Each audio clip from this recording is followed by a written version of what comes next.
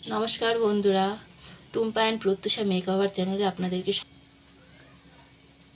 আজকে আমি আপনাদেরকে বলবো কিভাবে ধনেপাতা ঘরে অনেক দিন সংরক্ষণ করে রাখা যাবে।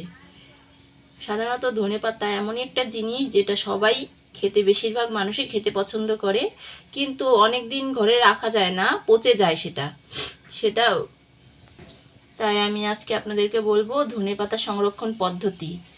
প্রথমেই ধনেপাতাগুলো কেটে ভালো মতো গোটাগুলো ছাড়িয়ে ধুয়ে নিতে হবে। দেখতেই পাচ্ছেন আমি ধনেপাতাগুলো ধুয়ে নিয়েছি। এবার দেখুন আমি ধনেপাতাগুলো বটি দিয়ে কেটে নিচ্ছি।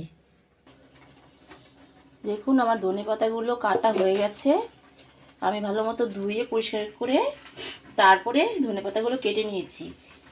দিয়ে এখন এই ধনেপাতাগুলো এরকম একটা কৌটোতে, যে কোনো কৌটো যেটায় ঢাকনা আটকানো যাবে, এই যে ঢাকনাটা, এরকম একটা এরকম কৌটোতে ভরে ধনেপাতাগুলো সুন্দর করে রেখে ডিপ ফ্রিজে সংরক্ষণ করতে হবে। এই যে আমার এগুলো ভরা হয়ে গেছে ধনেপাতাগুলো। এই দেখেন এরকম একটা কন্টেনার, যে কোনো এয়ারটাইট কন্টেনারে আপনারা এরকম করে ধনেপাতাগুলো কেটে ভরে রেখে তারপরও ডিপ ফ্রিজে ঢুকিয়ে দেবেন।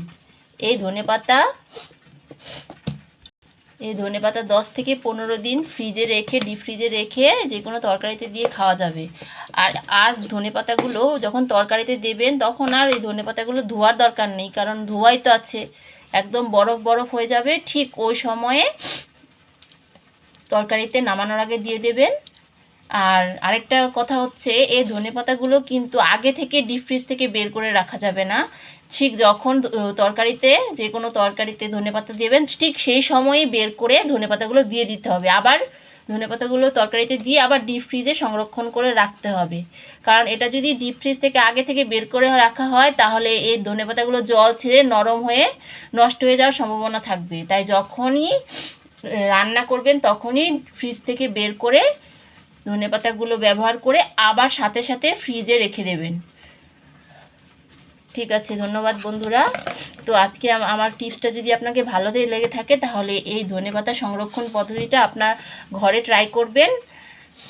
আর অবশ্যই আমার চ্যানেলটাকে লাইক সাবস্ক্রাইব করে দেবেন যদি আপনাদের ভালো লেগে থাকে। নমস্কার।